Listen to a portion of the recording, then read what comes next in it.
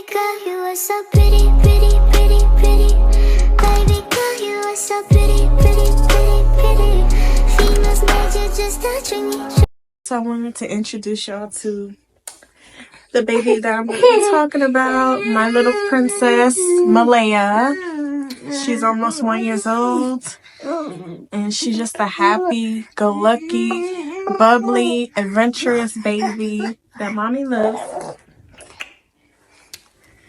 Hello guys, welcome to my channel. If you're new, please like, comment, and subscribe. But today I'm going to be talking about my birth experience. Just to get right into it, I want to start off by saying that this pregnancy definitely was not planned. So when I found out I was pregnant, it was definitely kind of a shock. But I came from Hawaii because my husband, he was in Hawaii, so I went to go visit him, and then I came back, and then I just noticed that I was just more tired, and it was just not normal. It was giving something is off. So yeah, I was tired. It was like May of last year, or May of 2022. And yeah, I just was really tired. Getting ready for work and getting up for work just seemed like a hassle. Like I was just extremely exhausted. So then, you know, I've been tired for a while, and then June comes and I'm like, you know what? I'm pretty sure that I'm pregnant. So let me go ahead and take a pregnancy test. I ended up using the Clear Blue pregnancy test. And I like those because it tells you pregnant or not pregnant on it. So I took one and then it said pregnant, and I was just like, what? I know. Let me take another one. So I took another one, and then it also said pregnant, and then I took a third one. So I took 3 in total, and it said I was pregnant. So once you take your pregnancy test and everything, in the military, you go see a doctor. In the civilian world, you would do the same thing. So I went to go get, a pregnancy test done at labs. And, I found out the results, and they were like, hey, you're pregnant. And then I was like, now it's like really real for me, like super real. And I don't think I knew what to feel in that moment. It was just like, I just, kind of shed some tears a little bit, because I was like, I wasn't expecting this, but I do know the actions that I took, to bring a child into this world. So fast forward, I go to my first appointment, I want to say at 7 or 8 weeks, and they put the little ultrasound, I don't know what you call it, but they put some gel on your stomach, and then they put it, the little thing on your stomach so they can, show you the baby. So I did get to see the baby and how tiny the little baby was inside of me, and I was definitely shocked. The doctor, she looked at me, she was like, you look shocked. And I was like, yeah, I'm definitely, this is even more real than finding out that I was pregnant. But yeah, I went to my doctor's appointment, and then fast forward again, at 20 weeks is when the doctor said that I would be allowed to see the gender and everything like that. So I go to my appointment to see the baby at 20 weeks, to see the gender. At first, to the lady, I was like, I don't want to see what the gender is. So she was like, I'm just gonna fold up the ultrasound paper and then give it to you, and you just open it when you're ready. And I was like, okay, sounds good. So then I get to the car, and because, you know, I cannot wait to see it, I'm like, let me just go ahead and look and see what the gender is. Me being impatient, I was like, let me just see what the gender is. Like, and then I looked at the gender, and it's a little baby girl. And I'm just like, wow. Because the whole pregnancy, I don't know why, but I just felt like I was having a boy. And then my husband was like, you're having a boy. And then my, you know, siblings were like, I think you're having a boy. And yeah, I found out the gender. She was a girl. I was excited. By this time, you know, I've accepted, you know, I'm pregnant, and I'm actually pretty excited and happy. And so my time passes by. It feels like an eternity, but then at the same time, it kind of feels like it's been a long time.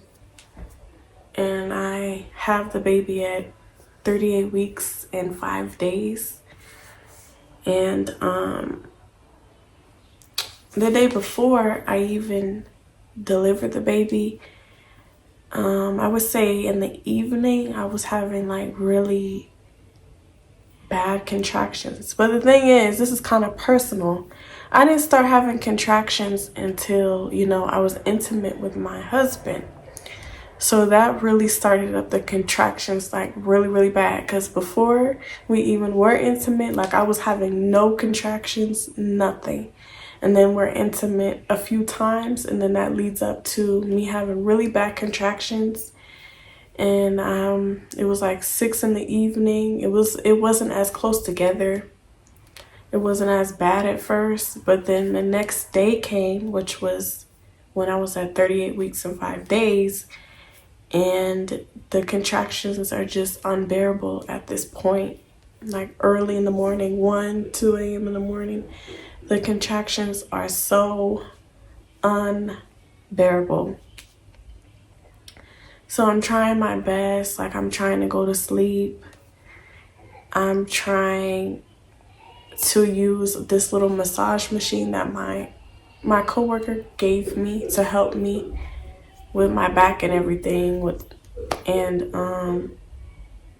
I'm literally trying to use that to, you know, calm me down and things like that. And it's just not working. It's like hour by hour is passing. These contractions are getting more and more intense. And then my husband, he's trying his hardest to, you know, he tried like hot water with a rag, you know, to put that on me. And then he put me in the shower with hot water, which little did I know that was going to speed up the process even more. And so finally, we're like, we need to call the ambulance. My husband's like, we need to call the ambulance. And because my contractions were so close together, it was I couldn't do it anymore. And so my husband called the ambulance. The ambulance come. They're like, you know, asking us to explain the situation again. Like, hey, I'm clearly, you know, I'm pregnant and I'm having really bad contractions. And, you know, we need to get to the hospital. So the hospital is off post. I know usually on base, you know, in the military, they usually have a hospital on post. I know that the duty station that I'm currently at, they have a hospital that's on post. So that's super convenient. But at this particular duty station, I was stationed in New York. The hospital was like 20 minutes away.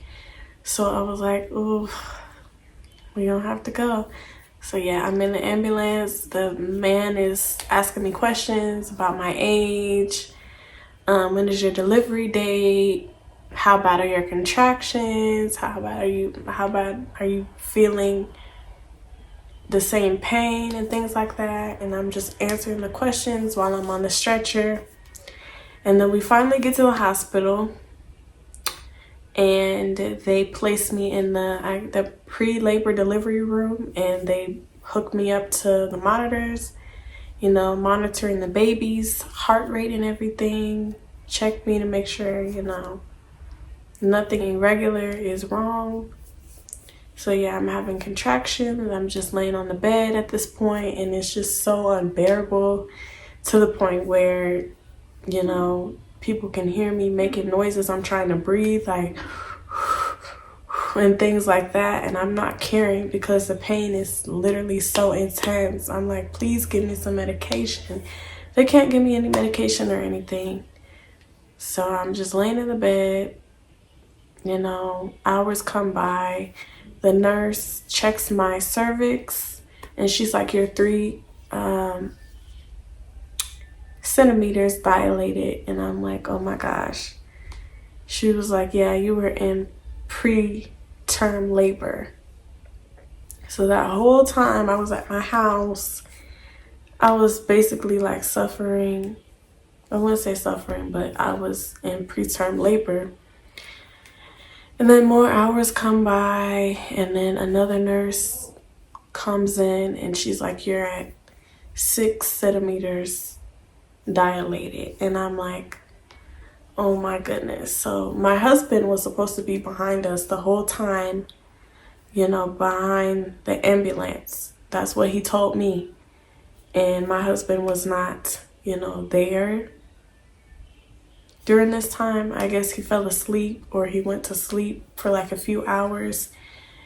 And then finally they moved me to the delivery room. And the nurse is like, here's this ball, you know, to help you. I'm like, I don't even want this ball. Like, I'm contracting so bad and it's so intense to the point where I don't even want to be on the ball. Like, I'm just like, I want to stand up and move around. I don't want to sit down because I feel like my pain is even worse if I just sit down. So I'm like, can I please stand up and just move around?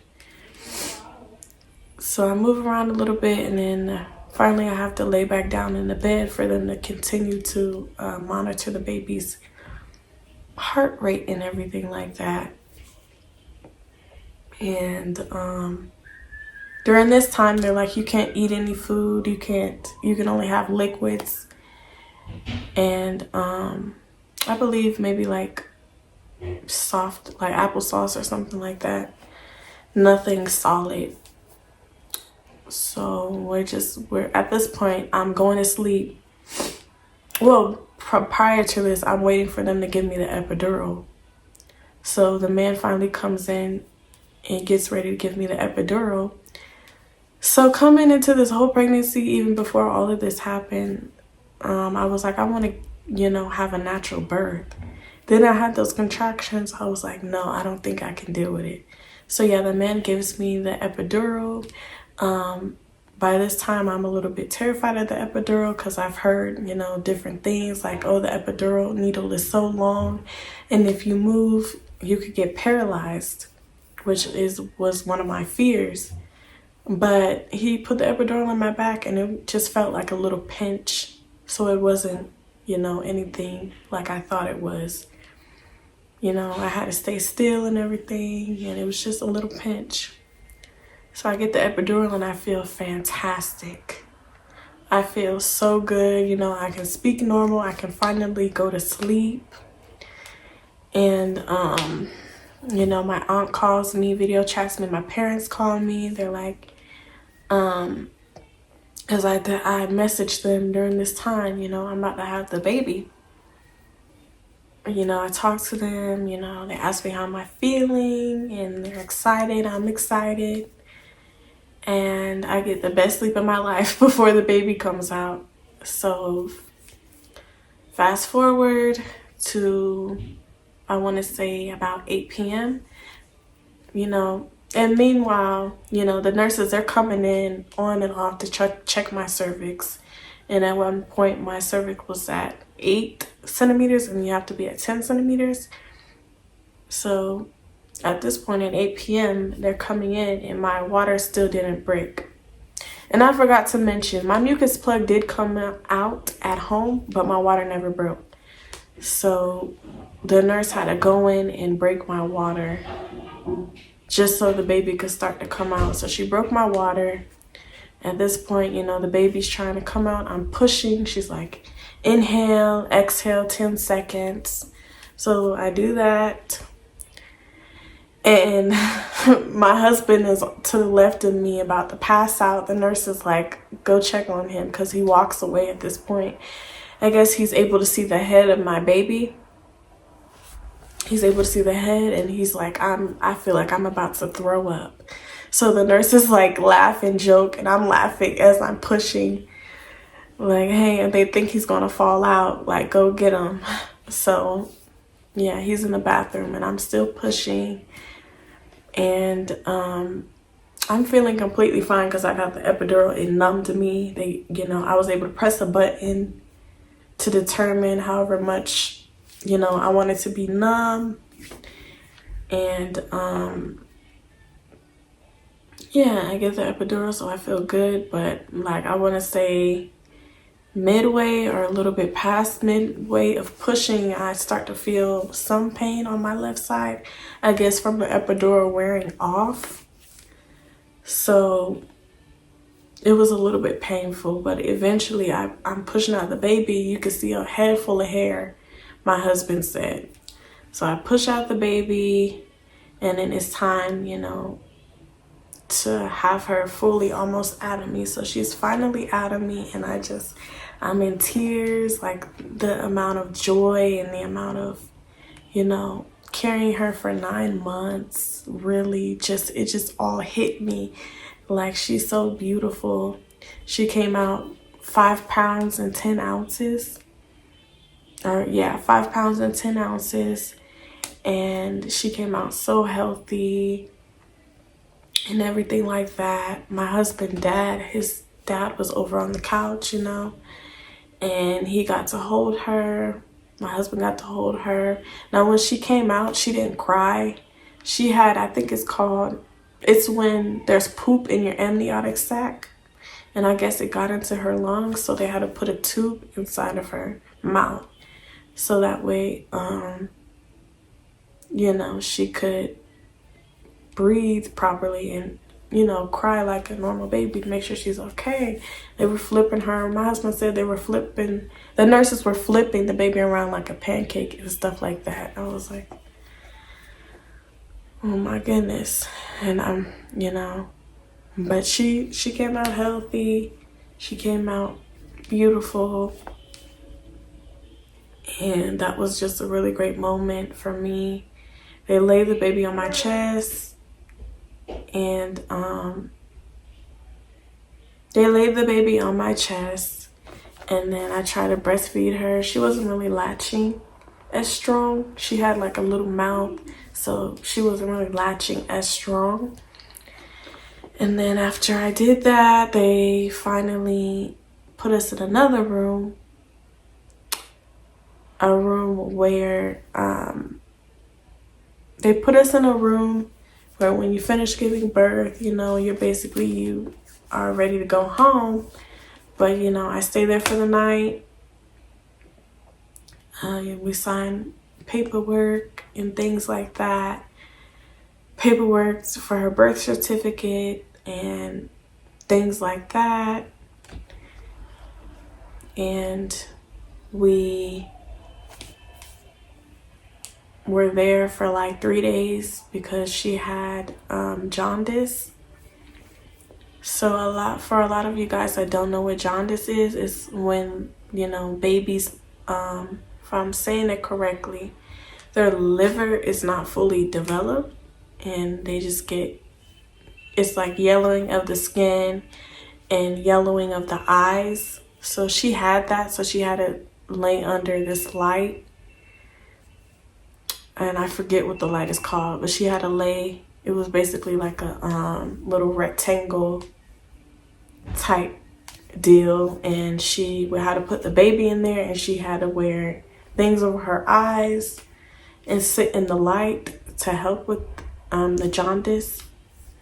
So I ended up staying for like 3 days. I thought it was just going to be a day, but